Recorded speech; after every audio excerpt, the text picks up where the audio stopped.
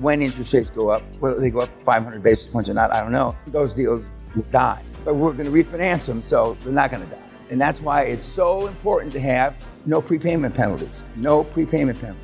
Prepayment penalties are verboten because the prepayment penalty sometimes will be greater than the savings. It takes you 3, 4, 5 years to make up for the prepayment penalty. Everybody understand what a prepayment penalty? In other words, if you pay the loan down before it's due, you have to pay an extra big chunk of money, and we don't do that. Now, unknowingly, when some of the kids want to do it without a lawyer, and the kids that don't have a dream team, etc., one of the biggest errors that I see is that there is a prepayment penalty, and they don't know it. Now, the bank's supposed to tell you. They could have whispered out of their mouth, and they don't really tell you.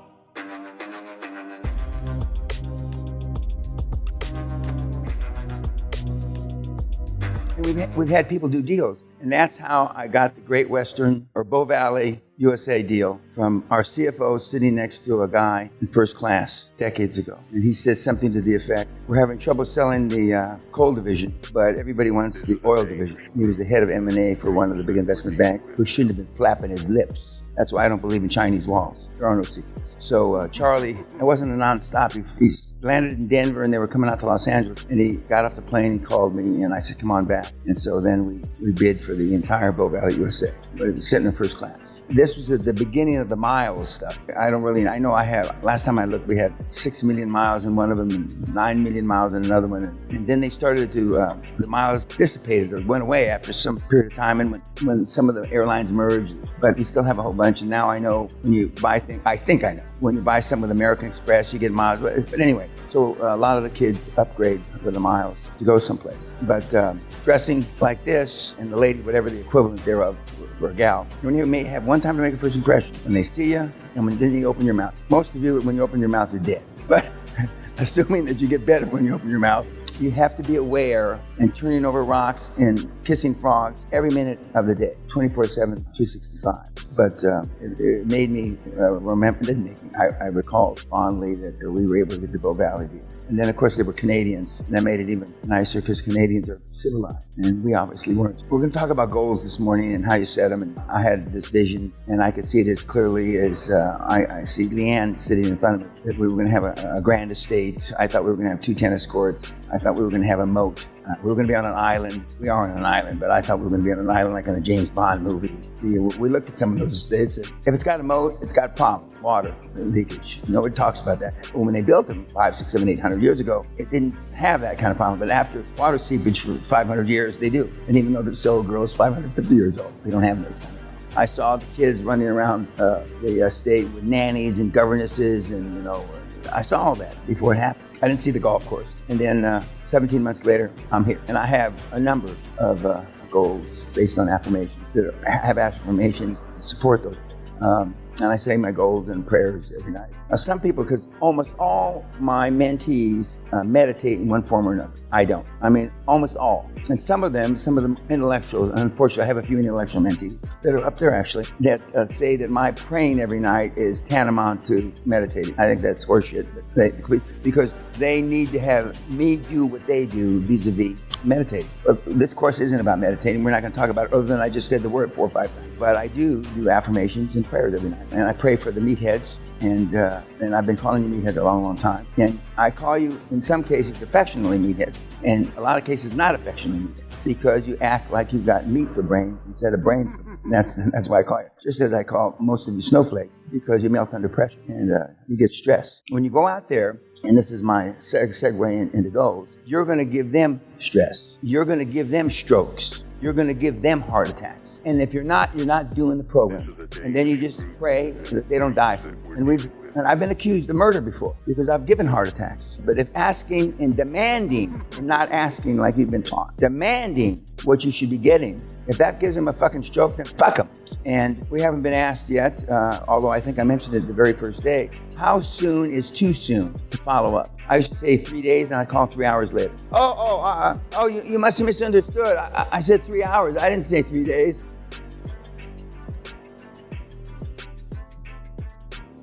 How bad do you want it? Most of you, the average age here is 33, the oldest is 54, the youngest is obviously Mitchell 14, not obviously 14. So he brings down the average to 33, so maybe the average age would be 34 and a half. But a lot of you are in your 20s, which for those of us that are, or for sure the guys in the 50s know that they're babies. Some of the guys in the 40s think they're babies, even though you may think your life has gone by at 25 or 26. Nothing's happened yet, really. But you have an opportunity. You don't have to wait till your 40s or 50s. And we have a plethora of kids that have achieved unbelievable stuff. Forget the 16-year-old with a $50 million. Forget him. Okay, say he's an anomaly. And say all the teenagers are anomalies. All the teenagers are anomalies. That, they're Michelangelos, Einsteins. Forget them. We've got a lot of kids in their early 20s that have accomplished behemoth tasks. And although we've had a couple of Michelangelos, but they haven't done the deals quickly. Michelangelo thought too much. So, and again, the more degrees you have, the tougher you make. And if you're an engineer, 8.5 million, soon to be 12, but you're an engineer, okay? Just imagine if you weren't an engineer. Just imagine all the thought process and spreadsheets and all that bullshit you did. Just imagine if you just pulled the trigger, bam. Oh, well, now, okay. Well, now I learned it's the same, but, and I listened to the news, and I said in May or June last year, we will come up with a worldwide reason why we're going to have a correction in the stock market. I don't know what it was, and the Ukraine partially gave it to us, and the ratcheting up of interest rates is now validating that correction. But the market still doesn't want to go down. There's a lot of stocks within industries that are sold off 30, 40, 50% from the highs, but there's still a lot of them that don't want to go down because the overwhelming worldwide economy, especially in the United States, driven by the United States and then driven by Western countries like Canada and the United States, have pent-up demand.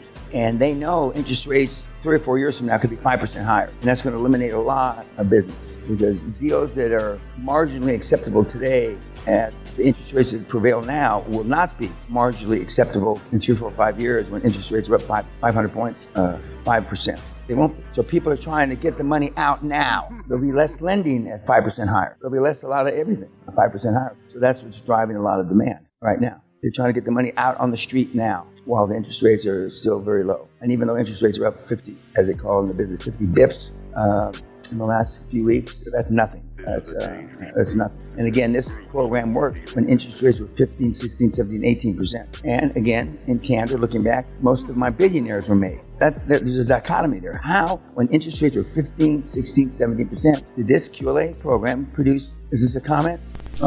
When you're borrowing money now, at the moment, do you suggest a fixed interest rate or a split principal and interest? It depends what you're buying. Now, they don't know this, and you're not telling them this, but you have two things in your mind. When you start the deal, exit is in your mind. You're not telling them that. Exit. And the second thing is refinance before an exit. At least once, twice, or 3 times to pull money out. So if you're going to pull money out in 6 to 18 months, then variable rate's okay. But if you're going to, and it depends on the industry. If you're not, then fixed. And even though fixed, you're going to pay, 1 or 2 points higher. But you're de-risking it if you're, in the industry. And we let the market tell us when we're going to refinance. We let the market tell us when we're going to exit. And even though your expertise is limited in that area, with your 180 or 300 years of board experience, they'll know because they've been in 18% interest rate environment. They know what it's like. So we don't fight the market, we go with the market. We ride the wave until as long as we can, and then we're refinancing along the way. And as we refinance, even though I don't like to use this term, we're getting a blended rate of interest because we're refinancing at different levels. And then nobody knows how to pick the bottoms of markets. I'm better at picking tops of markets, not bottoms of markets. And most of the people right now that are trying to, Warren Buffett's got several great sayings, but one of which is they make investments more or less for life. We're not doing it. Okay. And when he buys a company, he buys it and he lets them run it. We don't do that. But as Charlie Munger said last year in one of those talks that they give, he said the reason we do that, and they manage their worldwide operations from an office in Omaha, which I'm going to see in a couple of weeks. They have, I think, 4,000 or 5,000 square feet. They've got 25 or 28 employees, and they lease the space. For those of you, you'd think they own a building. They lease the space on 3 years renewable leases. But Munger says we do that because that management style from afar fits our personalities. They're both introverts, non-confrontational introverts, just like you. So will they make an investment? Like when they bought 20% IBM a few years ago, which was a bad investment for them, and then they reduced the position, they asked the chairman, CEO, and CFO of IBM, well, how did your discussions with the Buffett organization go? We didn't have any discussions whatsoever. But when you first met Warren, I've never met Mr. Buffett. They invested $18 billion without meeting management, because with those big companies, the accounts, as they're called in this country, or the financials, are pretty detailed, so you can figure out what the hell they're doing. But our management style isn't from far away, non-confrontation. Ours is on their back, so we can make changes as quickly as possible. Because we're not sitting on $150 billion of cash. You're sitting on $1.50 in your pockets, more or less. So it's just the opposite. Of course, one of my favorites, Warren says it. It's like winking at a girl in the dark. She doesn't know you're winking. She doesn't know you're flirting because it's dark. But that's how he manages. Most of your personalities are akin to Warren Buffett's. And I've told you, he lives in a 3,100 square foot house he bought in the 70s. And Bill Gates lives in a 65,000 square foot house. He just added 10,000 feet in the last 3 or 4 years. When I saw it many, many years ago, it was 55,000. But getting back to the point, the deals were better. They had us find better deals when interest rates were 15 or 18. Most of the deals that these kids you've done, not just you, but the kids in the last year or two, wouldn't hunt back when interest rates were 15 or 18. And so how did they become billionaires? More? Because they were better deals. Now you do deals, not so bad as T. Boone Pickens told me 35, 40 years ago. If you want to do a bad deal, you'll do a bad deal. If you want to do a deal bad enough, you'll do a bad deal. Not that bad. But a lot of the deals that are at 1.25, 1.5, 1.65 coverage debt ratio to cash flow wouldn't get done. The deals that are 2.5, 3.5, 4 times cash flow to debt service were the norm back in the day. And so it's a lot easier to find deals that are 1.5 times debt service to cash flow, and so you're doing it. But when interest rates go up, whether they go up 500 basis points or not, I don't know, those deals will die. But we're going to refinance them, so they're not going to die. And that's why it's so important to have no prepayment penalties. No prepayment penalties. Prepayment penalties are verboten, because the prepayment penalty sometimes will be greater than the savings. It takes you 3 or 4 or 5 years to make up for the prepayment penalty. Everybody understand what a prepayment penalty? In other words, if you pay the loan down before it's due, you have to pay an extra big chunk of money, and we don't do that.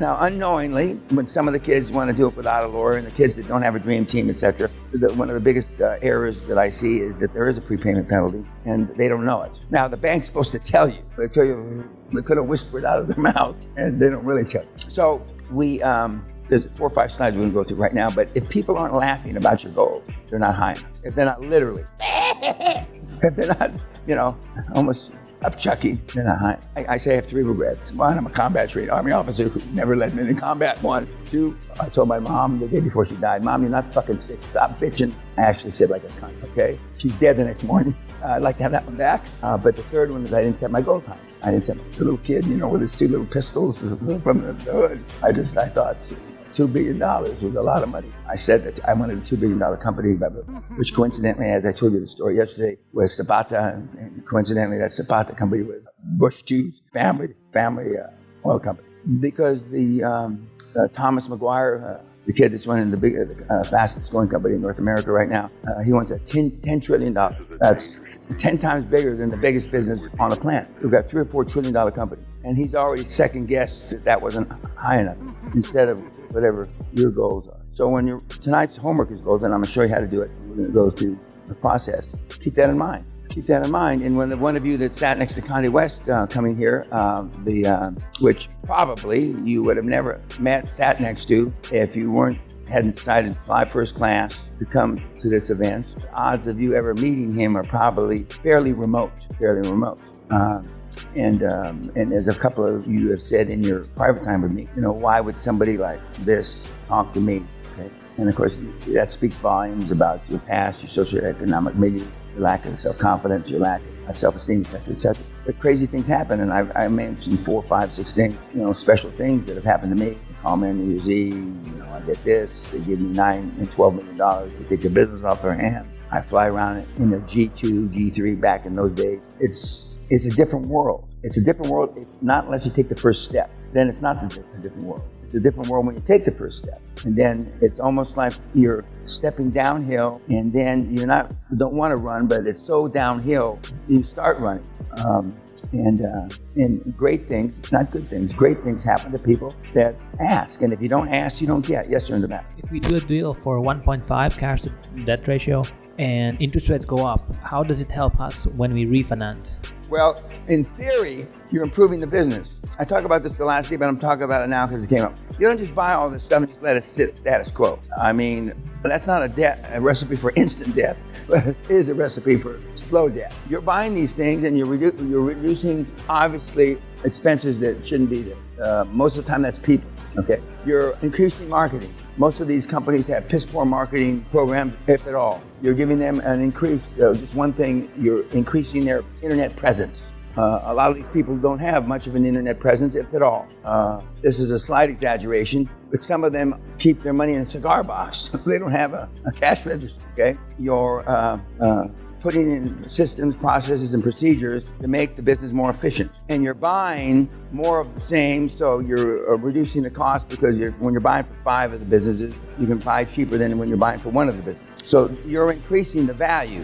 That's the value you're adding. When people ask, how are we going to add value? Those are some of the ways. And your industry experts and the people that have done deals in that industry, in that vertical, will know other, okay? But so you're adding top line, and I'm a top line guy. You can hire anybody to reduce expenses, bean counters. I mean, the guys and the gals that have done the very best with this model in this program are guys and gals that understand how to increase top line. I've always been a top-line guy. I can always figure out somebody to reduce bottom line. Many years ago, when the internet just got started about in the year 2000, LaSalle Bank, which was owned by ING Bank, who used to love us, hired the Guthrie Group to go turn around some business in Florida. It was one of the first internet businesses. And Sally and I and Bruce DeWhipple and a couple of other guys with the Guthrie Group went down there, and they were hemorrhaging $500,000 a quarter, and we turned it around in 45 days. Sally fired 65% of the employees,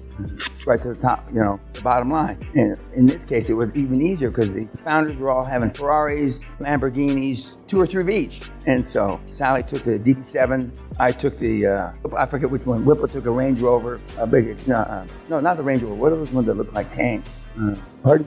Hummer, yeah. And then we got rid of all the rest of the cars and a good portion of the employees. And while LaSalle Bank didn't figure that out, LaSalle Bank would rather pay you to be the bad guy, to do the dirty shit. Yeah. But that's how we add value.